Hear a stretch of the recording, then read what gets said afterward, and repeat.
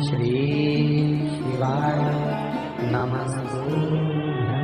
सोमवार की अष्टमी का मतलब बताया था जिस दिन शंकर और पार्वती के मिलन का दिवस हो। और केवल एक माता पार्वती के अकेले मिलन का नहीं, 64 योगनिया तक भगवान शंकर से मिलने के लिए आती है। कहते हैं सोमवार के दिन की अष्टमी पड़ने पर, कौन से दिन? सोमवार के दिन कौन सी तिथि?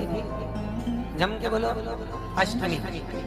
सोमवार के दिन अष्टमी तिथि पड़े और उस दिन अगर 5 बेलपत्र भगवान शिव को समर्पित कर दी जाए तो व्यक्ति जो सोचकर जिस कामना से जिस मनवांछित फल के लिए बेलपत्र चढ़ाता है उसकी वो कामना मात्र 3 महीने में पूरी हो जाती है। मात्र एक बात बहुत सुंदर है, ध्यान रखिएगा थोड़ा सा। कभी अगर मौका लगे सोमवार की अष्टमी पड़ जाए, क्या पड़ जाए सोमवार की? जम के बोलो जरा, अष्टमी। या तो सोमवार की अष्टमी पड़ जाए, या हर महीने शिवरात्रि आती है, हर महीने आती है। या तो सोमवार की अष्टमी पड़ जाए या फिर सोमवार की शिवरात्रि पड़ जाए, हर महीने आती है। प्रयास करो कहीं से देसी गाय का दूध मिल जाए, थोड़ा सा दूध देसी गाय का मिल जाए, थोड़ा सा देसी गाय का थोड़ा सा दूध अगर प्राप्त हो जाए, बेलपत्री के पत्ते से दूध कटोरी में लेकर, मात्र बेलपत्री के पत्रे से एक एक बूंद अगर दूध, आप एक बूंद अगर ज्यादा ना मिला हो, 1 चम्मच भी अगर आपको दूध देसी गाय का मिल गया हो और सोमवार की अष्टमी पड़ जाए या सोमवार की, जम के बोलो, शिवरात्रि पड़ जाए, उसमें केवल अगर देसी गाय का दूध मिल जाए, जर्सी गाय का नहीं हो, देसी गाय का अगर दूध मिल जाए, बेलपत्री के पत्ते से, तुम्हारे घर के अंदर अगर शिवलिंग है या मंदिर में शिवलिंग है या तुम्हारे नजदीक में कोई शिवलिंग है, उस पर बूंद बूंद, एक एक बूंद अगर शिवलिंग पर दूध समर्पित कर रहे हो, श्री शिवाय नमस्तुभ्यं, नमः शिवाय, या षडाक्षर मंत्र ओम नमः शिवाय, या 33 अक्षर का मंत्र महामृत्युंजय मंत्र, इसका स्मरण कर कर शिव जी पर देसी गाय का दूध समर्पित कर कर इस बेलपत्री को अशोक सुंदरी वाली जगह पर अगर आप समर्पित कर देते हैं, फिर आप जिस भी चीज के लिए अप्लाई करें, मेरा देवाधिदेव महादेव आपका हाथ पकड़कर खींचकर आगे बढ़ाएंगे। मेहनत करना, कर्म पूरा करना, पढ़ाई अच्छी करना, और पढ़ाई के साथ में विद्या अध्ययन करने के साथ में अच्छी मेहनत के साथ में देसी गाय का दूध भगवान शंकर को समर्पित करना, भगवान शंकर को समर्पित करना, देसी गाय का दूध धीरे धीरे धीरे धीरे समर्पित,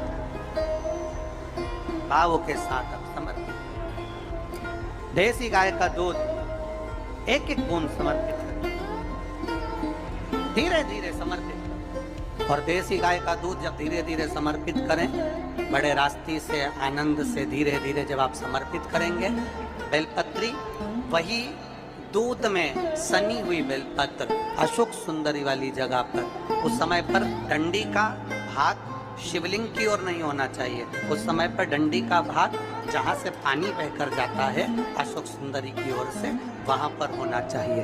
कार्य में सफलता मिलती है। शिव तत्व को धारण, पीला चंदन लगाना, कितना लगाना है? बीच वाला जो पत्ता है उस पर पीला चंदन। जब आपको लगे कि मेरा जीवन बहुत कष्ट में है, अब ये रोग, अब ये कष्ट दूर ही नहीं हो रहा, अब ये आए दिन तकलीफ पर तकलीफ बढ़ती जा रही है, आए दिन रोग, बीमारी, पैसा घर में बच नहीं रहा, बहुत कष्टमय जीवन है, इसमें लगाओ पीला चंदन बेलपत्री की बीच पत्ती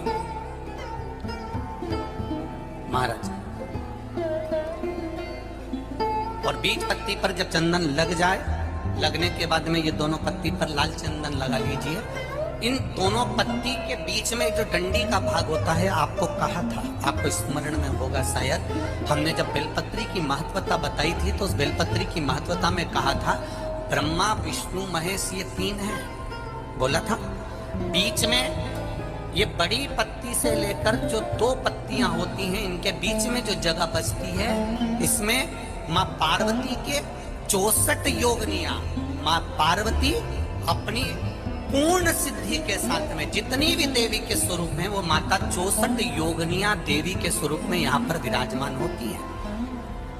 2 पत्ती के नीचे से जो डंडी होती है नीचे तक, ये पूरी डंडी में 33 कोटि देवी देवताओं विराजमान होते हैं इस पूरी डंडी के अंदर।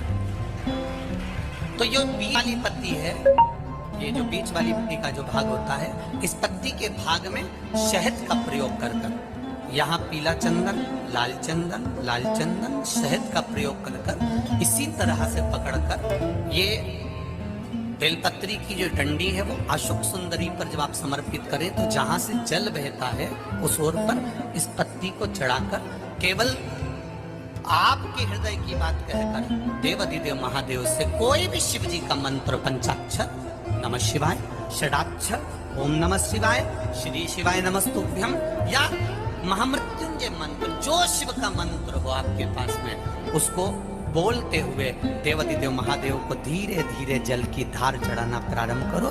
जल की धार जब पूर्ण होने लगे, उसमें थोड़ा जल बचे, तब अशोक सुंदरी पर जो तुमने बेलपत्र चढ़ाई है वहां उस जलधार को चढ़ा। ये प्रयोग आपको केवल सोमवार की अष्टमी पड़ने पर ही करना है। कौन से दिन करेंगे?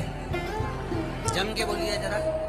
सोमवार की अष्टमी पड़ने पर यह प्रयोग करें और जल चढ़ाकर बाबा से विनती कर कर उसी बेलपत्र को वापस उठाकर कहीं जलाशय में या किसी पेड़ के नीचे विसर्जन कर दें और 1 लोटा जल वहां भी चढ़ा दें। बस निवेदन कर कर आ जाइए, मेरा बाबा 3 माह के अंदर हाथ जरूर पकड़ेगा और आपको दलदल से बाहर बातों आपसे कहेंगे उतारिएगा। जिसके शरीर में सफेद चमड़ी पड़ने लगती है, चर्म रोग हो जाता है, या चेहरे पर आंख के पास में पूरा कालापन आ जाता है, उसको हमेशा याद रखना है, लाल चंदन का लेपन पीपल के पत्ते पर करिए। काय पर करना है? पीपल के पत्ते पर लाल चंदन का लेपन करिए। लेपन कर कर सोमवार की अष्टमी के दिन उसको लेपन कर कर वापस निकाल कर शंकर भगवान पर उसका धीरे धीरे त्रिकुंड बनाकर लेपन करना प्रारंभ करिए। जब आप त्रिकुंड बनाकर लेपन करना प्रारंभ करें, उसके बाद उस चंदन को जो सोमवार की अष्टमी है तब निकाल कर लिया है और निकाल कर लाकर उसको डब्बी में रख लें। उस चंदन का प्रयोग चर्म रोग के स्थान पर थोड़ी थोड़ी मात्रा में करना प्रारंभ करें, पानी के साथ मिलाकर। परंतु उस चंदन को केवल 6 से 7 दिन में प्रयोग करिएगा, ज्यादा नहीं। धीरे धीरे चमड़ी, परंतु उसको सोमवार की अष्टमी के दिन सिद्ध कर कर बनाना है। उसको सोमवार की अष्टमी के दिन चढ़ाना है श्री शिवाय नमस्तुभ्यम या ओम नमः शिवाय या पंचाक्षर मंत्र या महामृत्युंजय मंत्र, जो आपको आता हो, शिव जी का जो नाम आपको याद हो उसको बोलकर चढ़ाओ। उसको लिया, फिर उसको अपने शरीर पर लगाना प्रारंभ करो।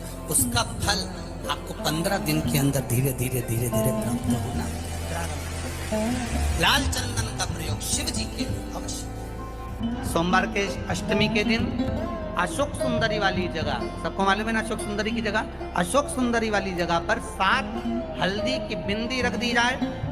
लड़का लड़की जिसका विवाह नहीं हुआ उसका हाथ रख दिया और वही हाथ के छापे पीपल के वृक्ष पर 5 लगा दिए जाएं। महाराज 3 माह उसका विवाह पक्का हो जाता है। सोमवार की अष्टमी का इतना भाव है, सहज नहीं है। सोमवार की अष्टमी शिव और आदिशक्ति का मिलन है। सोमवार की अष्टमी